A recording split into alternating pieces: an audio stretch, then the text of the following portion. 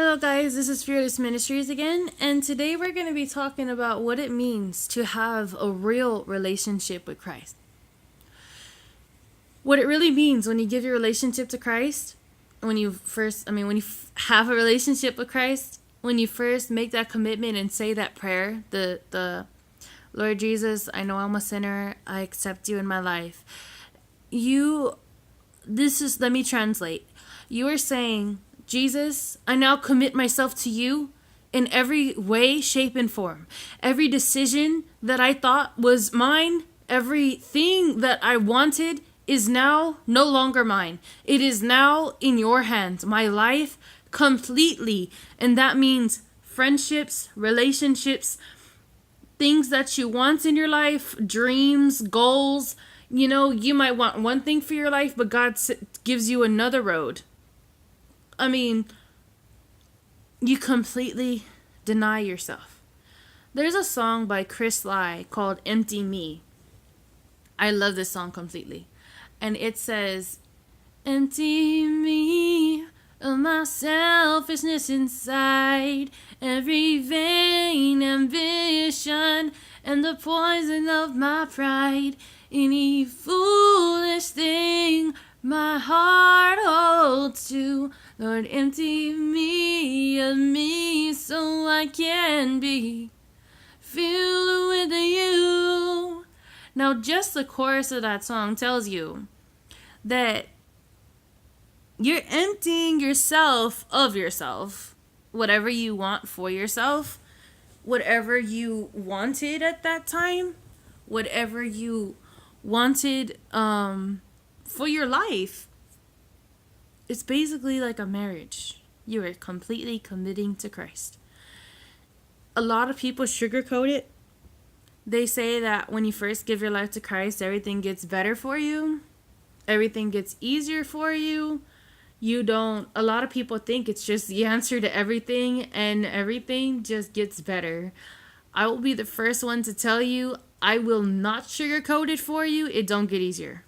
It gets harder. Because then you're faced with more decisions. You're faced with choosing forgiveness over hating the person, or choosing love over, you're choosing other choices. You understand? You're not being the same way. You're choosing so many different difficult things that are not easy to do if you're not a believer. So you also are faced with persecution and how to react to them without you're faced with persecution. Because once you tell everyone, all your buddies, that you're a Christian now and that you go to church and you can't hang with them at the bar or at school, you say, I'm sorry, I can't hang out with you no more. I just gave my life to Christ. They're like, oh man, now you into that Jesus stuff. Now you think you're a holy roller. Now you think you know it all. You think you're better than everybody else now. And, you get made fun of. You get persecuted. People call you names. They judge you. You are faced with so much more when you give your life to Christ. Let me be the first one to tell you that. It is not easy at all. You are choosing forgiveness over hatred. You're choosing love over hate. You're choosing to give people a second chance when you really don't want to. But God says, forgive as I have forgiven you. So I'll be the first one to tell you, when you first give your relationship to Christ, when you first give your life to Christ, it doesn't get easier. I'm not saying think twice before you give your relationships with Christ, but just remember what you're in it for. Are you really in it for everything? Even the hard things that God says, give it to me? Are you in it for the pain too?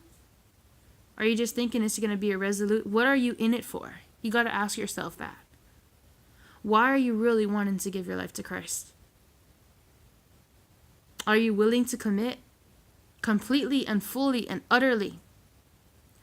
Are you willing to sacrifice whatever it is that you may want from your life and place it, all your desires aside, for Him? Are you willing? Are you willing to even sacrifice your life? If you answered yes to any of those questions, you are ready to commit yourself to Christ. Congratulations. Conquer your fear.